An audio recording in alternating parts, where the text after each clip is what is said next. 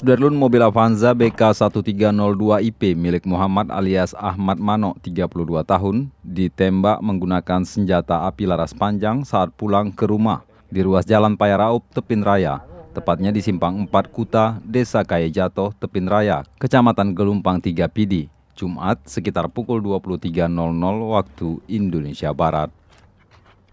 Ahmad Mano tercatat sebagai tim ses Cabub dan Cawabub Roni Ahmad atau Abushi dan Fadlullah dan Cagub serta Cawagub Muzakir Manap dan T.A. Khalid. Saat kejadian, Ahmad Mano dalam perjalanan pulang ke rumahnya di Pidijaya dengan mobil bersama rekannya Hasan, 32 tahun, warga Kelibut Pidi. Sebelum kejadian, Muhammad sempat minum kopi di Pasar Gede, Tepin Raya. Peluru yang mengenai dinding dekat pintu sebelah kiri tembus ke dalam mobil. Namun Muhammad dan rekannya selamat dari terjangan peluru senjata api laras panjang jenis AK. Kurang lebih sekitar jam 12 malam.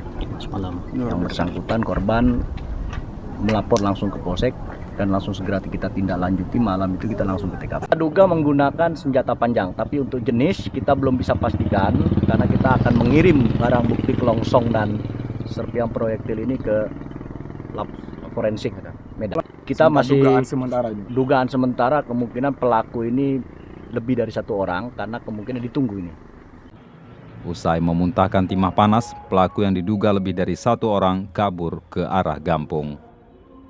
Dari Sigli, Muhammad Nazar, Serambi On TV.